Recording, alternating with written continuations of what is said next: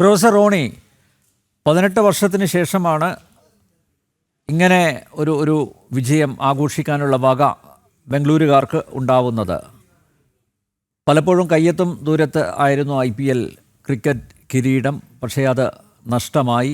ഇന്നലെ രാത്രി തന്നെ ബംഗളൂരുവിൽ വലിയ ആഘോഷ പരിപാടികൾ ആയിരുന്നു.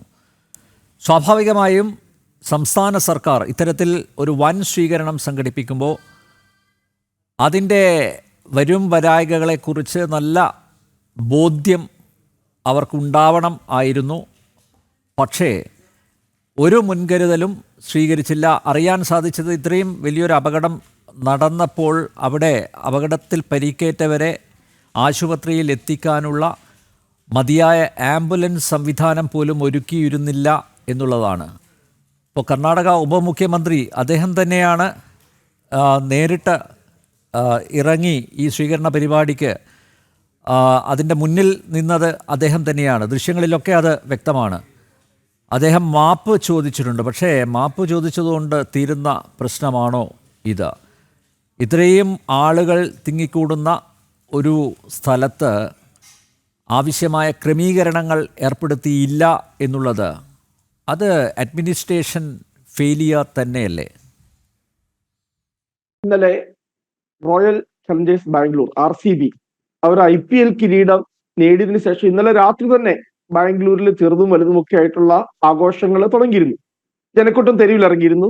അതിനെയൊക്കെ പോലീസ് വളരെ ഫലപ്രദമായി തന്നെ നിയന്ത്രിച്ചിരുന്നു. ഇപ്പോഴാണ് ഇന്ന്, അതായത് അവർ ട്രോഫി നേടി ഒരു 20 മണിക്കൂർ പോലും തികഞ്ഞിട്ടില്ല, ഇന്ന് തന്നെ അവർക്ക് വലിയ സ്വീകരണം അവിടെ ഒരുക്കുന്നു. അത് സർക്കാർ തലത്തിലല്ല, അവിടെ കർണാടക ക്രിക്കറ്റ് അസോസിയേഷൻ ഒരു വലിയ സ്വീകരണം ഒരുക്കുന്നു എന്നറിഞ്ഞുകൊണ്ട് തന്നെ ആദ്യം അതിന് കർണാടക പോലീസ് അനുമതി നിഷേധിച്ചു. കാരണം നമുക്കറിയാം, ഒരു ചടങ്ങ് സംഘടിപ്പിക്കണമെങ്കിൽ അതിനകത്തൊരു കൂടിയാലോചനയൊക്കെ ഉണ്ടാവണം. അത് വിവിധ വകുപ്പുകൾ തമ്മിലും എല്ലാം ഇരുന്ന് കൂടിയാലോചിച്ച് അതിനാവശ്യമായിട്ടുള്ള ക്രമീകരണങ്ങൾ ഒരുക്കി, മുൻകരുതലുകൾ സ്വീകരിച്ച്, ആവശ്യമായിട്ടുള്ള സുരക്ഷാ സംവിധാനങ്ങളൊക്കെ ഒരുക്കി. പക്ഷെ എന്ത് ചെയ്തു? ഈ കർണാടക ക്രിക്കറ്റ് അസോസിയേഷൻ അവരുടെ തീരുമാനമായി മുന്നോട്ട് പോയി. അവസാനം പിന്നെ രണ്ടാമതെന്നാൽ പോലീസ് പറഞ്ഞു, ശരി, അങ്ങനെയെങ്കിൽ ഒരു വിക്ടറി പരേഡ് നമുക്ക് നടത്താം. അതിന് മാത്രം ഒരു പെർമിഷൻ എവിടെ തൊട്ടാണ്? വിധാൻസഭയുടെ അവിടെ മുതൽ ചിന്നസ്വാമി സ്റ്റേഡിയം വരെ ഒരു വിക്ടറി പരേഡ് നടത്തി നമുക്ക് ഈ ചടങ്ങ് അവിടെ വെച്ച് അവസാനിപ്പിക്കാം. പക്ഷെ അവിടെയും എന്ത് ചെയ്തു? നമ്മൾ കണ്ടു, ഈ പറയുന്ന പോലീസിന്റെ മുൻകരുതല് അല്ലെങ്കിൽ പോലീസിന്റെ തീരുമാനം അതിനെല്ലാം മറികടന്നുകൊണ്ട് ഞങ്ങളുടെ ഹോം ഗ്രൗണ്ടാണ് ഈ ചിന്നസ്വാമി സ്റ്റേഡിയം എന്ന് പറഞ്ഞുകൊണ്ട് കർണാടക ക്രിക്കറ്റ് അസോസിയേഷൻ അവിടെ വലിയ പരിപാടി സംഘടിപ്പിക്കുന്നു. അതോടൊപ്പം തന്നെ എന്ത് ചെയ്തു? ഇന്ന് സമൂഹ മാധ്യമങ്ങളാണല്ലോ കാര്യങ്ങൾ മുഴുവൻ നിയന്ത്രിക്കുന്നത്.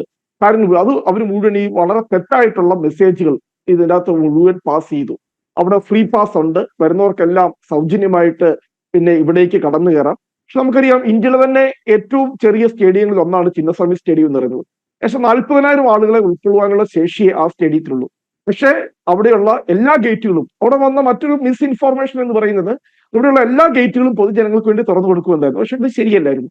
പക്ഷെ എന്ത് ചെയ്തു? ഈ ജനക്കൂട്ടം പല ഗേറ്റുകളുടെ മുമ്പിൽ വന്ന് തടിച്ചുകൂടി. ഒരു ഗേറ്റ് തുറക്കുന്നു, മറ്റു ഗേറ്റ് തുറക്കുന്നില്ല. അപ്പൊ തുറന്ന ഗേറ്റിന്റെ അവിടെ നിന്നും തുറക്കാത്ത ഗേറ്റിന്റെ അവിടേക്ക് ആളുകൾ ഇരമ്പി എത്തുന്നു. അപ്പോൾ അവിടെ ഉണ്ടായിട്ടുള്ള വളരെ ദാരുണമായിട്ടുള്ള, വളരെ ദയനീയമായിട്ടുള്ള, പക്ഷെ നമ്മൾ ഇവിടെയൊക്കെ ചിന്തിക്കേണ്ട ഒരു കാര്യം, വളരെ കൃത്യമായിട്ടുള്ള ചിന്തിക്കേണ്ട കാര്യം, ഇവിടെ അത് ഇന്ത്യയുടെ ഒരു പൊതുവായ ഒരു പ്രവണതയാണ്. അതിനകത്ത് നമ്മൾ രാഷ്ട്രീയമൊക്കെ മാറ്റി നിർത്തി സംസാരിക്കുമ്പോൾ ഈ സംസ്ഥാന സർക്കാരുകളുടെ അധികാരത്തിനൊക്കെ മുകളിലേക്ക് ഒക്കെ തീരുമാനങ്ങളും എടുക്കുവാനും നടപ്പാക്കാനും ഒക്കെയുള്ള സംവിധാനങ്ങളായി ഈ ക്രിക്കറ്റ് അസോസിയേഷനുകൾ, പ്രാദേശിക, ഞാൻ BCCA അല്ല ഇവിടെ ഞാൻ വിമർശിക്കാൻ വേണ്ടി ഉദ്ദേശിക്കുന്നത്, ഇതിന് വളരെ പ്രസക്തമായ ഒരു ചോദ്യമുണ്ട്. ഇവിടെ എനിക്ക് മുമ്പ് സംസാരിച്ച ബഹുമാനപ്പെട്ട BCCAയുടെ ബഹുമാനപ്പെട്ട സുഹൃത്ത് പറഞ്ഞതുപോലെ, ഇതിനു മുമ്പ് ഇന്ത്യ വലിയ വിജയങ്ങൾ നമ്മൾ നേടി, ഇതിനേക്കാളും ലക്ഷങ്ങൾ പങ്കിട്ട് വലിയ സ്വീകരണ പരിപാടികൾ നടത്തി. പക്ഷെ അതിനൊക്കെ ഒരു സമയമുണ്ട്. അല്ലാതെ ആഘോഷം നടന്ന് തൊട്ട് പിറ്റേ ദിവസമല്ല. ഇന്ന് ഇപ്പോൾ 20 മണിക്കൂറുകൾ 24 മണിക്കൂറുകൾ തികഞ്ഞിട്ടില്ല അവര് ആ കിരീടം നേടിയതിനു ശേഷം. എന്തിനാണ് ഇത്ര പെട്ടെന്ന്? ഇത് ആർക്കാണ് ഇത്രയും വലിയ ഒരു ആവേശം? ഇത്ര പെട്ടെന്ന് തന്നെ ഒരു സ്വീകരണം കൊടുക്കണം? ഞാൻ ഇതിന്റെ അകത്ത് പറഞ്ഞതുപോലെ, നമ്മൾ ഈ റോയൽ ചലഞ്ചേഴ്സ് ബാംഗ്ലൂര് എന്നതിനേക്കാൾ ഉപരിയായി വിരാട് കോഹ്ലി അദ്ദേഹം പിന്നെ വിരമിക്കുവാൻ പോകുന്നു, അദ്ദേഹം റിട്ടയർമെന്റിൽ ചെയ്യാൻ പോകുന്നു അല്ലെ എന്ന രീതിയിലൊക്കെ ഉള്ള പ്രസ്താവനകൾ വരികയുണ്ടായി. അപ്പോൾ RCB നേരത്തെ തന്നെ ഒരു അനൗൺസ്മെന്റ് ചെയ്തു, അദ്ദേഹത്തിന് വളരെ ഉചിതമായിട്ടുള്ള ഒരു യാത്രയയപ്പ് കൊടുക്കുന്നതാവും. ഇപ്പോൾ കർണാടകയുടെ ഭാഗത്തു നിന്ന് മാത്രമല്ല ഈ ക്രിക്കറ്റ് സ്നേഹികൾ, അല്ലെങ്കിൽ ഈ ഞാൻ പറയുന്ന RCBയെ സ്നേഹിക്കുന്നവർ മാത്രമല്ല അവിടെ എത്തിയിരിക്കുന്നത്, തടിച്ചുകൂടിയത്.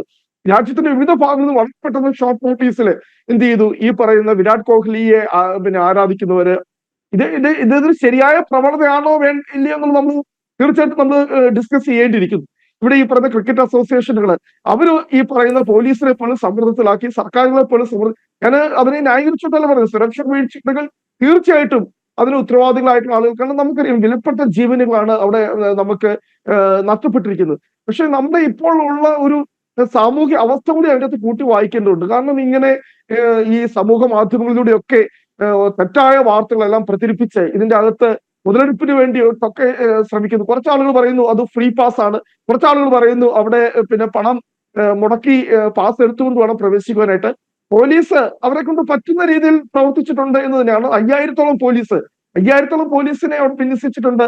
ഈ പറയുന്ന പ്രവേശന കവാടങ്ങളുടെ മുമ്പിലെല്ലാം ബാരിക്കേഡുകൾ വെച്ച് കൃത്യമായി തന്നെ ജനത്തെ തടയുവാനുള്ള ചെയ്തു. കാരണം ഇവര് പോലും അതിൽ DK ശിവകുമാർ പറഞ്ഞത് പോലീസിനെ കുറ്റം പറയാൻ പറ്റില്ല, ജനബാഹുല്യം, ചിന്നസ്വാമി സ്റ്റേഡിയത്തിൽ തടിച്ചുകൂടിയ ബാഹുല്യം നിങ്ങൾ കണ്ടതല്ലേ എന്ന് മാധ്യമപ്രവർത്തകരോട് തിരിച്ചു ചോദിക്കുകയായിരുന്നു അദ്ദേഹം. അപ്പൊ എന്തുകൊണ്ട് ഈ ജനബാഹുല്യത്തെക്കുറിച്ച് സർക്കാരിന് ഒരു ധാരണ ഉണ്ടായിരുന്നില്ല നേരത്തെ? കാരണം ഞാൻ പറഞ്ഞത് ഒന്ന്, നമുക്കിത് ആന്റിസിപ്പേറ്റ് ചെയ്യാനായിട്ട് കഴിയില്ല. അല്ലെങ്കിൽ ഇപ്പോൾ സപ്പോസ് അവിടെ ഇപ്പോൾ ഇത്രയും ടിക്കറ്റുകൾ വിറ്റ് നേരത്തെ തന്നെ ഞാൻ പറഞ്ഞല്ലോ 2 ദിവസം മുന്നേ നമ്മളിപ്പോൾ ക്രിക്കറ്റ് മത്സരങ്ങളൊക്കെ നടക്കുമ്പോൾ അറിയാം, ആദ്യം ചോദിക്കും എത്ര ടിക്കറ്റുകൾ അവിടെ വിറ്റ് പോയിട്ടുണ്ട്. ശരി, 80,000 ടിക്കറ്റുകൾ വിറ്റ് പോയിട്ടുണ്ട്. അങ്ങനെയൊക്കെ നമുക്ക് ആന്റിസിപ്പേറ്റ് ചെയ്യാം. ഇത്ര ആളുകൾ വരും, നമുക്കിപ്പോൾ അവരെ നിയന്ത്രിക്കാനുള്ള ഒരു സംവിധാനം ഉണ്ടാക്കാം. ഇവിടെ എന്താ, ടിക്കറ്റ് വെച്ച് പോലും ഉള്ള ഒരു പരിപാടിയല്ല, ഫ്രീ പാസ് ആണെന്ന് പ്രചരിപ്പിക്കുന്നു.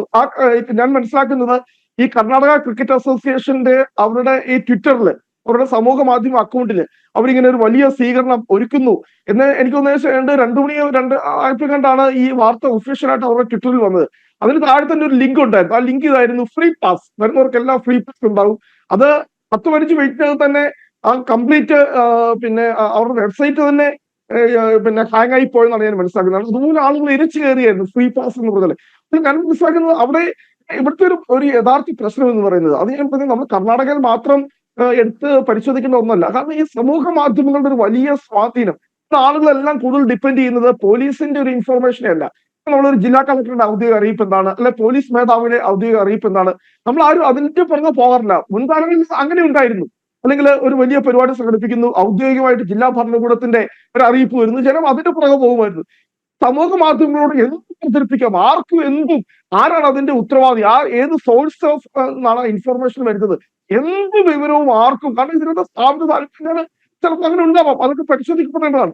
ഇപ്പോൾ പോലീസിന് പോലും എക്സ്പെക്ട് ചെയ്യാത്ത പിന്നെ മറ്റൊരു കാര്യം പ്രശ്നമാണ്. കാരണം ഇങ്ങനെയുള്ള ഈ ക്രിക്കറ്റ് അസോസിയേഷനുകൾ അവര് ഈ പറയുന്ന പോലീസുമായിട്ട് കൃത്യമായിട്ടുള്ള കമ്മ്യൂണിക്കേഷൻ നടത്തി. കാരണം ഞാൻ മനസ്സിലാക്കുന്നത് കർണാടക പോലീസ് ആദ്യമേ അതിശക്തമായ സ്റ്റെപ്പ് എടുത്തതാണ്. ഈ പരിപാടി സംഘടിപ്പിക്കാനായിട്ട് പറ്റില്ല, ഇത്ര ഷോർട്ട് നോട്ടീസിൽ പരിപാടി സംഘടിപ്പിക്കാൻ കഴിയില്ല, ഇതിന് അനുമതി നിഷേധിച്ചു. പിന്നീട് ഈ കർണാടക ക്രിക്കറ്റ് അസോസിയേഷന്റെ കനത്ത സമ്മർദ്ദം ഉണ്ടാവുന്നു. രണ്ടാമത് പറയുന്നത് ശരി, അങ്ങനെയെങ്കിൽ വിക്ടറി പരേഡ് മാത്രം, സ്വീകരണമൊന്നുമില്ല, സ്റ്റേഡിയത്തില് പരിപാടികളൊന്നുമില്ല, വിധാൻസഭ മുതൽ ഈ പറയുന്ന ചിന്നസ്വാമി സ്റ്റേഡിയത്തിന് അവിടെ വരെ മാത്രം വിക്ടറി പരേഡ്. അതാണല്ലോ നമ്മൾ എല്ലാ തവണയും നമ്മൾ കാണുന്നത് എങ്ങനെയാണ്. പക്ഷെ അതിനെയും മറികടന്നുകൊണ്ട് ഈ പറയുന്ന ചിന്നസ്വാമി സ്റ്റേഡിയത്തിനകത്ത് സ്വീകരണം പിന്നെ അറേഞ്ച് ചെയ്യുന്നു, തയ്യാറാക്കുന്നു. അപ്പോൾ പുറത്ത്, കാരണം നമുക്ക് സമയത്ത് അറിയാം, കാരണം 10,000-കണക്കിന് ആളുകൾ തടിച്ചു കൂടുമ്പോൾ ആ സീറ്റിന്റെ അടിസ്ഥാനത്തിൽ മാത്രമേ അതിലേക്ക് ഒരു എൻട്രി കിട്ടുകയുള്ളൂ. അപ്പൊ ബാക്കി ആളുകൾ അവിടെ വന്ന് ഇടിച്ച് ആ ഗേറ്റിലേക്ക് കയറുന്നു. ഞാൻ ആദ്യം പറഞ്ഞതുപോലെ ആദ്യം വന്ന ഒരു മിസ്ഇൻഫർമേഷൻ എന്ന് പറയുന്നത് എല്ലാ ഗേറ്റുകളും ഈ പറയുന്ന ആളുകൾക്ക് വേണ്ടി തുറന്നു കൊടുക്കുമെന്നായിരുന്നു. പക്ഷെ നമുക്കറിയാം ഈ പറയുന്ന പ്ലേയേഴ്സ് അവർക്ക് വേണ്ടി കയറുവാനുള്ള ഗേറ്റ് ഉണ്ട്. അങ്ങനത്തെ 1-2 ഗേറ്റുകൾ ഒഴികെ ബാക്കി ഗേറ്റുകളാണ് തുറന്നു കൊടുത്തത്. അപ്പൊ അവിടെ നിന്നും ഒരു ഗേറ്റിൽ നിന്നും മറ്റൊരു ഗേറ്റിലേക്ക് വന്ന ഒരു ക്രൗഡ് വയകളും. എനിക്ക് ഒറ്റക്കാര്യം ഇതിനകത്ത് പറയാനുള്ളത്, ഇത് ഒരു പാഠമായിരിക്കണം തീർച്ചയായിട്ടും. കാരണം ഇപ്പൊ എപ്പോൾ വേണേലും കാര്യങ്ങൾ കൈവിട്ടു പോകുന്ന അവസ്ഥയിലേക്ക് നമ്മുടെ രാജ്യത്തെ ഇത് ആര് ഒരു പരിപാടി സംഘടിപ്പിച്ചു കഴിഞ്ഞാലും, കാരണം അത്രമാത്രം ഈ സമൂഹ മാധ്യമങ്ങൾക്ക് കാരണം വളരെ പെട്ടെന്ന് തന്നെ ആരാധനകൾ ഉണ്ടാക്കിയെടുക്കുന്നു. ആഗ്രഹിക്കുന്ന രീതിയിൽ നമുക്ക് ഈ സമൂഹ മാധ്യമങ്ങളിലൂടെ എന്തും സാധിക്കുന്ന രീതിയിലേക്ക് കാര്യങ്ങൾ ഇപ്പോൾ പോകുന്നു എന്നതിന്റെ വളരെ കൃത്യമായ സൂചനയാണ്. ഇതുപോലെയുള്ള ദുരന്തങ്ങൾ ഇതൊരു പാഠമാവണം. നമ്മള് പിന്നെ ഇതിനകത്ത് വീഴ്ച കൊണ്ടെങ്കിൽ അതിന് ഉത്തരവാദിത്ത ആളുകൾക്കെതിരെ തീർച്ചയായും നടപടി ഉണ്ടാവണം. ഈ കർണാടക ക്രിക്കറ്റ് അസോസിയേഷൻ ആണോ ഇതുപോലെ നിരുത്തരവാദപരമായ കാര്യങ്ങൾ ചെയ്തിരിക്കുന്നത്? അങ്ങനെയെങ്കിൽ അതിനെ തിരിച്ചുവിടുവാൻ PCC ശക്തമായിട്ടുള്ള സ്റ്റാൻഡ് എടുക്കണം എന്ന് ഞാൻ പറയുന്നു. കാരണം ഇത്ര ഇറസ്പോൺസിബിളായി, കാരണം നമുക്കറിയാം വളർന്നുകൊണ്ടിരിക്കുന്ന വലിയ മഹാനഗരങ്ങളിൽ ഒന്നാണ് ബാംഗ്ലൂർ എന്ന് പറയുന്നത്. പിന്നെ കോടിയോളമാണ് അവിടുത്തെ ജനസംഖ്യ എന്ന് പറയുന്നത്. അപ്പോൾ ഇങ്ങനെ വളരെ പെട്ടെന്ന് ഇങ്ങനെ ഒരു പരിപാടി സംഘടിപ്പിച്ച് മറ്റൊരു കാര്യം നമുക്കറിയാം, ദക്ഷിണേന്ത്യയിലെ ഏറ്റവും ഗതാഗത കുരുക്കുള്ള അത്രമാത്രം പിന്നെ യാത്രാ ബുദ്ധിമുട്ടുള്ള ഒരു മഹാനഗരമാണ് പിന്നെ ബാംഗ്ലൂർ എന്ന് പറയുന്നത്. കിലോമീറ്ററുകളോളം ബ്ലോക്ക് ആകുന്നു. അങ്ങനെ ഒരു സ്ഥലത്ത് ഇങ്ങനെ ഒരു ആസൂത്രണവും ഇല്ലാതെ ഒരു പരിപാടി സംഘടിപ്പിച്ചതിന്റെ ആരാണ് ഉത്തരവാദികൾ? അവർക്കെതിരെ മുഖം നോക്കാതെയുള്ള നടപടികൾ പിന്നെ ഉണ്ടാകണമെന്നാണ് എനിക്കിവിടെ വിനീതമായിട്ട് പറയുവാനുള്ളത്.